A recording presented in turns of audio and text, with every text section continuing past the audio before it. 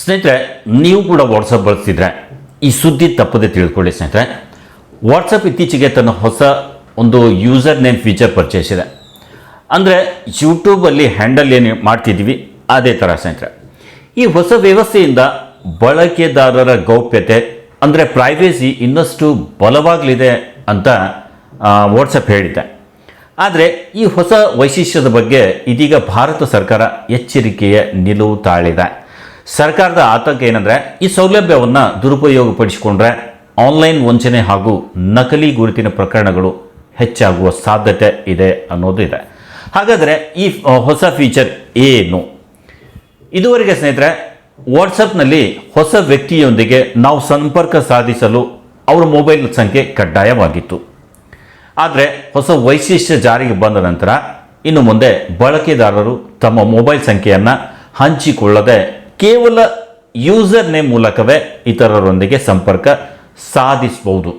ಅಂದರೆ ನಿಮ್ಮ ಮೊಬೈಲ್ ಸಂಖ್ಯೆ ಎದುರಿನ ವ್ಯಕ್ತಿಗೆ ಗೋಚರಿಸೋದಿಲ್ಲ.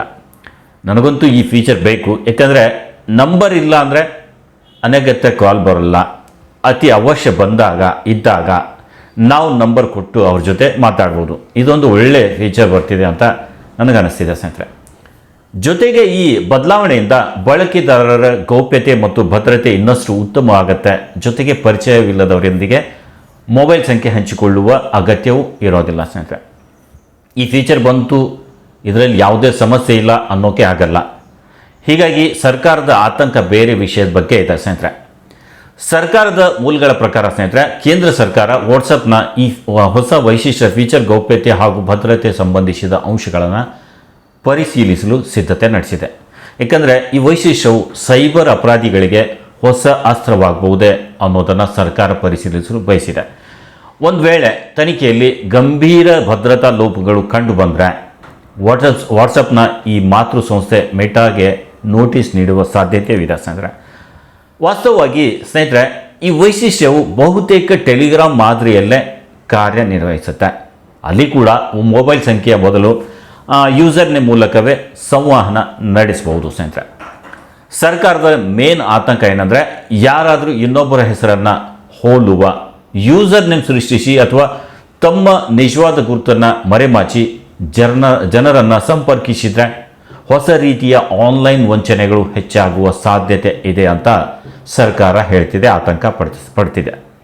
ಇಂಥ ಘಟನೆಗಳು ಈ ಹಿಂದೆಯೂ ಟೆಲಿಗ್ರಾಮ್ನಲ್ಲಿ ನಡೆದಿರುವ ಉದಾಹರಣೆಗಳಿವೆ ಸ್ನೇಹಿತರೆ. ನಕಲಿ ಯೂಸರ್ ನೇಮ್ ಹಾಗೂ ಕೃತಕ ಪ್ರೊಫೈಲ್ಗಳನ್ನು ಸೃಷ್ಟಿಸಿ ಜನರಿಗೆ ಮೋಸ ಮಾಡಿರುವ ಪ್ರಕರಣಗಳು ವರದಿಯಾಗಿರೋದು ನೀವು ನೋಡಿರ್ಬೋದು.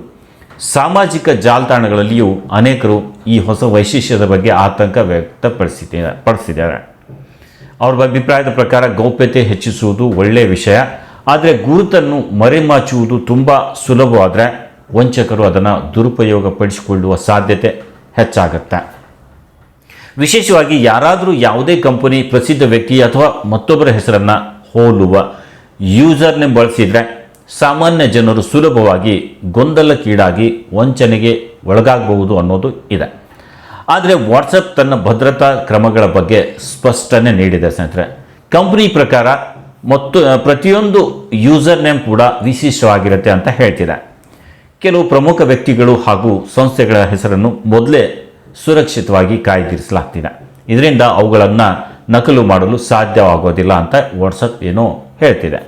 ಇದರ ಜೊತೆಗೆ ವಾಟ್ಸಪ್ ಯಾವುದೇ ಸಾರ್ವಜನಿಕ ಯೂಸರ್ ನೇಮ್ ಲಿಸ್ಟ್ ಏನಿದೆ, ಡೈರೆಕ್ಟ್ರಿ ಏನಿದೆ, ಅದನ್ನು ಸೃಷ್ಟಿಸೋದಿಲ್ಲ.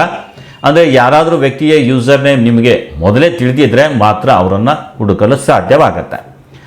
ಸೊ ಮುಂದೆ ಸರ್ಕಾರದ ಪರಿಶೀಲನೆಯಲ್ಲಿ ಏನು ಹೊರಬರುತ್ತೆ, ಹಾಗೆ ವಾಟ್ಸಪ್ ತನ್ನ ಹೊಸ ಫೀಚರ್ ಈ ವೈಶಿಷ್ಟ್ಯದಲ್ಲಿ ಯಾವುದಾದ್ರೂ ಬದಲಾವಣೆ ಮಾಡಬೇಕಾಗುತ್ತಾ, ಅದು ಕಾದು ನೋಡಬೇಕಾಗಿದೆ ಸ್ನೇಹಿತರೆ. ಆದರೆ ಒಂದು ವಿಷಯ ಮಾತ್ರ ಸ್ಪಷ್ಟ ಸ್ನೇಹಿತರೆ, ಡಿಜಿಟಲ್ ಜಗತ್ತು ವೇಗವಾಗಿ ಬದಲಾಗುತ್ತಿರುವ ಈ ಸಮಯದಲ್ಲಿ ಗೌಪ್ಯತೆ ಮತ್ತು ಭದ್ರತೆ ನಡುವಿನ ಸಮತೋಲನವನ್ನು ಕಾಪಾಡಿಕೊಳ್ಳುವುದು ಹಿಂದೆಂದಿಗಿಂತಲೂ ಹೆಚ್ಚು ಮಹತ್ವವಾಗಿದೆ. ಏನಂತೀರಾ ಸ್ನೇಹಿತರೆ? ಈ ಫೀಚರ್ ಬಗ್ಗೆ ನಿಮ್ಮ ಅಭಿಪ್ರಾಯ ಏನು? ಕಮೆಂಟ್ ಮಾಡಿ ಹೇಳಿ. ನಮಸ್ಕಾರ ಸ್ನೇಹಿತರೆ.